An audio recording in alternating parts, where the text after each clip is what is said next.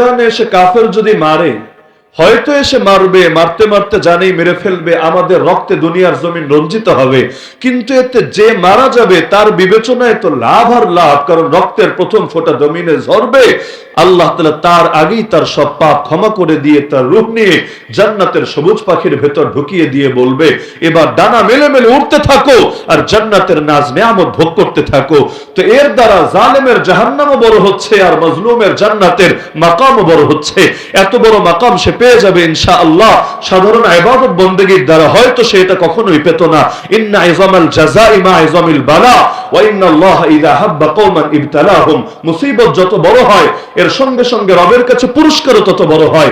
আর রব যখন কোন জাতিকে ভালোবাসে, সেই ভালোবাসার দাবিতেই তাদেরকে বিপদে ফেলে পরীক্ষা করে।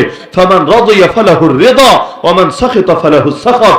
বিপদে পড়েও যারা আল্লাহর উপর রাজি থাকে, আল্লাহ তাদের উপর রাজি হন, আর যারা আল্লাহর উপর নারাজ হয়ে যায়, আল্লাহ তাদের উপর নারাজ হয়ে যান। হ্যাঁ, তারা হয়তো দুনিয়া সকলে মূল্যায়িত হয় না, সকলে তাদের নামও স্মরণ করে না, আরে তাদের নাম নিয়ে প্রতি বছর বছর চেতনাও হয়তো জাহের হবে না, কিন্তু মূল বিষয় তো জমিনে দামি হওয়া না, মূল বিষয় তো রব্বুল আরশিল আজিমের কাছে দামি হওয়া। সহিহ বুখারীতে লম্বা হাদিস আছে, তাইসা আব্দুদ দিনার ওয়া আব্দুদ দিরহাম ওয়া আব্দুল কাতিফাতি ওয়া আব্দুল খামিসা ইন উতিয়া রাদিয়া ওয়া ইল্লাম ইউতা সাখিতা তাইসা ওয়া তাসা ওয়া ইযা শিকা ফালান তাকাশা طوبى لعبد آخذ بعنان فرسه في سبيل الله أشعث رأسه مغبرة قدماه إن كان في الحراسة كان في الحراسة وإن كان في الساقة كان في الساقة إن استأذن لم يؤذن له وإن شفع لم يشفع। আল্লাহ রাসূল সাল্লাল্লাহু আলাইহি ওয়াসাল্লাম বলেন, স্বর্ণ মুদ্রার গোলাম যারা, রৌপ্য মুদ্রার গোলাম যারা, উত্তম কাপড়ের গোলাম যারা, মখমল চাদরের গোলাম যারা, ওরা ধ্বংস হোক। ওদের হালত হলো এমন, যদি পায় মহা খুশি, যদি না পায় আল্লাহর উপর মহা বেজার। নবী বদদুয়া দিয়ে বারবার বলছেন ধ্বংস হোক, ওরা বরবাদ হোক। ওদের পায়ে যদি কোনো কাঁটা বিদ্ধ হয়, সেই কাঁটাও বের করতে সক্ষম না হোক। এরপর সুসংবাদ শোনাচ্ছেন, আরে সুসংবাদ আল্লাহর ওই বান্দার জন্য যে জিহাদের পথে ঘোড়ার লাগাম ধরে প্রস্তুত থাকে, যার মাথার চুলগুলো উস্কো খুস্কো, পা ধুলো মলিন, দুনিয়াতে কেউ তাকে দাম দেয় না, কখনো পাহারায় ফেলে রাখে, পাহারাই পড়ে থাকে, কখনো বাহিনীর পেছনে রাখে, পেছনেও ডিউটি পালন করে, অনুমতি চাইলে কেউ তাকে অনুমতিও দেয় না, সুপারিশ করলে সুপারিশ কবুল হয় না, কিন্তু আল্লাহর কাছে তার কত দাম। আর অন্য হাদিসে আছে আল্লাহর কাছে এমন বহুত বান্দার দাম এত বেশি, ইন্না মিন ইবাদিল্লাহি মান লাউ আকসামা আলাল্লাহি লা আবাররা। তারা যদি আল্লাহর নামে কোনো কসম করে কোনো কথা বলে, আল্লাহ তাদের কসমের লাজ নিজেই রক্ষা করে, আল্লাহ তাআলা তাদেরকে হতাশ করে না।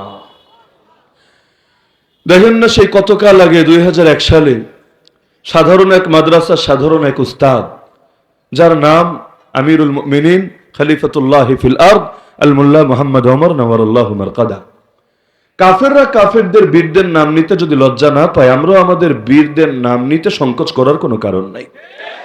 দুনিয়ার মধ্যে রক্তখেকো যারা ছিল, সেই হিটলারই হোক, মুসলিনি হোক, অথবা বড় বড় সকলের নামও আমি টানতে চাই না এখানে, তাদের নাম নেওয়া তো শুধু দূরের কথা, তাদের জীবনে নিয়ে এই বই নিয়ে রাস্তায় রাস্তায় ঘুরে বেড়ান, কেউ বাঁকা চোখেও তাকাবে না, কেউ উগ্রবাদী বই পড়ছেন, অথবা মৌলবাদী হয়ে যাচ্ছেন, অথবা জঙ্গিবাদ জড়িয়ে যাচ্ছেন, অথবা টেরোরিজমের সাথে আপনার রিলেশন হচ্ছে, এই জাতীয় মন্তব্য কেউ কখনো করবে না। তো দুনিয়াতে যাদের হাতগুলো কোটি কোটি মানুষের রক্ত রঞ্জিত, এমনকি 2 বিশ্বযুদ্ধে যারা কোটি কোটি মানুষের রক্ত খেয়েছে, ওদের নাম মুখে নিতে যদি ওরা লজ্জা না পায়, আল্লাহর কসম, যারা মুসলিম উম্মাহকে হেফাজতের জন্য, মসজিদ মাদ্রাসার নিরাপত্তার জন্য, আল্লাহর জমিন আল্লাহর দ্বীনের নিরাপত্তা নিশ্চিত করার জন্য, আর কাফেরদেরকে উচিত শিক্ষা দেওয়ার জন্য, যারা নিজেদের জানের পরোয়া করে নাই, আর কিছু পারি বা না পারি, অন্তত তাদের সুনাম করতে, তাদের প্রশংসা করতে আমাদের লজ্জা পাওয়ার কোনো কারণ নাই।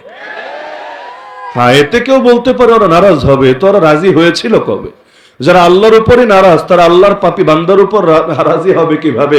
যারা রাসূলকেই দেখতে পারে না, এই 1500 বছর পর নিয়মিত গালি দেয়, নিয়মিত কার্টুন ছাপে, নিয়মিত বেয়াদবি করে, তার রাসূলের এই নাফরমান উম্মতের উপর খুশি হবে কিভাবে?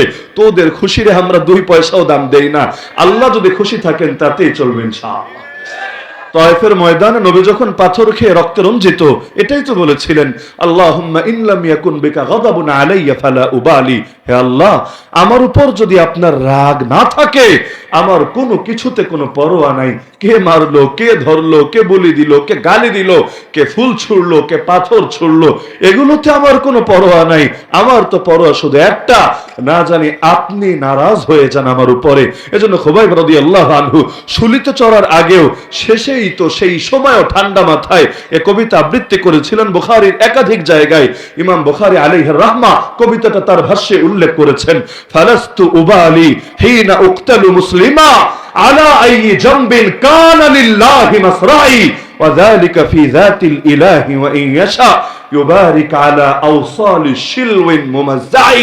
আল্লাহর জন্য যখন জান কোরবান হচ্ছে, আমার পরোয়া নাই আমার লাশ কোথায় টুকরা টুকরা হয়ে পড়ে থাকছে, কারণ জান যখন দিয়েছে আল্লাহর জন্য, আল্লাহ সেই টুকরা টুকরা হওয়া লাশের উপরই বরকতের বাড়িধারা নাজিল করে দেবে।